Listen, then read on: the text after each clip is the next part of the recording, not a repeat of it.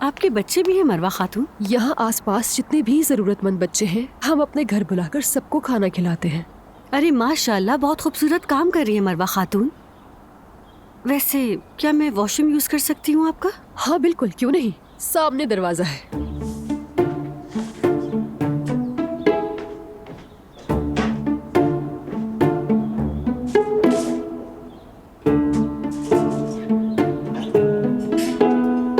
अल्लाह आपको आसानी दे। शुक्रिया। बच्चों, खाना मजे से खाओ। शुक्रिया आपा। शुक्रिया आपा। मुझे वॉशरूम जाना था, क्या? जी मैं आपको दिखाती हूँ, उस तरफ, दाएं तरफ का दरवाजा इसी तरफ है।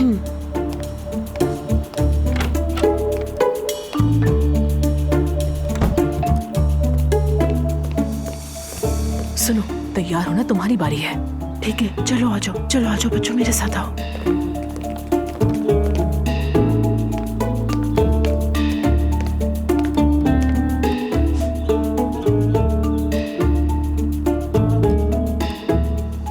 मरवा साहिबा, अरे आओ आओ, खुश आमदीद।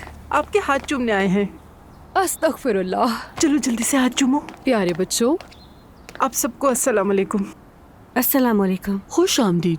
ये मेरी बहुत ही पुरानी और रूहानी साथी है। मेरी 3 बेटियां थी, ख्वाहिश थी एक बेटा भी हो, फिर अल्लाह का लाख लाख शुक्र है, मरवा खातून की दुआओं से मुझे एक बेटा हुआ। वाकई में? हाँ बिल्कुल, मैंने तो अपने बेटे का नाम भी नहीं रखा, चाहती हूँ कि मरवा खातून रखें, क्योंकि इन्हीं की दुआओं से मुझे बेटा मिला है। इसका नाम मुराद होगा। मुराद? खड़ी क्यों हो, बैठो ना। आप यहाँ आकर बैठ जाए, मैं वहाँ बैठ जाती हूँ। ठीक है, शुक्रिया। बच्चों तुम लोग जाकर अंदर खेलो।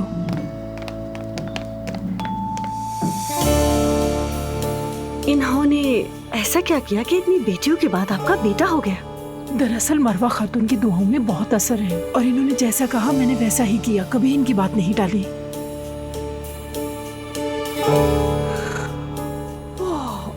क्या हुआ, आपने अभी तक हिसाब नहीं लगाया? बहुत बड़ी रुकावट है। हाय तौबा। अल्लाह खैर करे, कहीं ये रुकावट मेरी वजह से तो नहीं? पहले मुझे यही समझना है कि ये कहाँ से है। सहर, फौरन यहाँ आओ, 2 अंडे और 1 कटोरा साथ लेती आओ।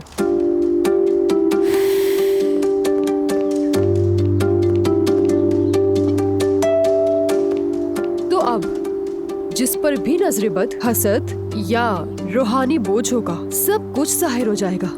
पहले मैं तुम्हें देखूंगी, ठीक है?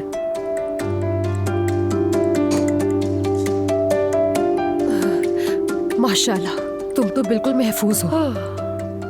नाइला, अब तुम्हारी बारी।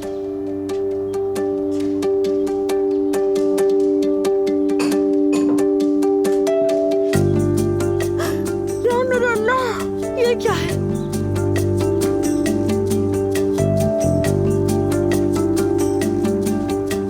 या अल्लाह,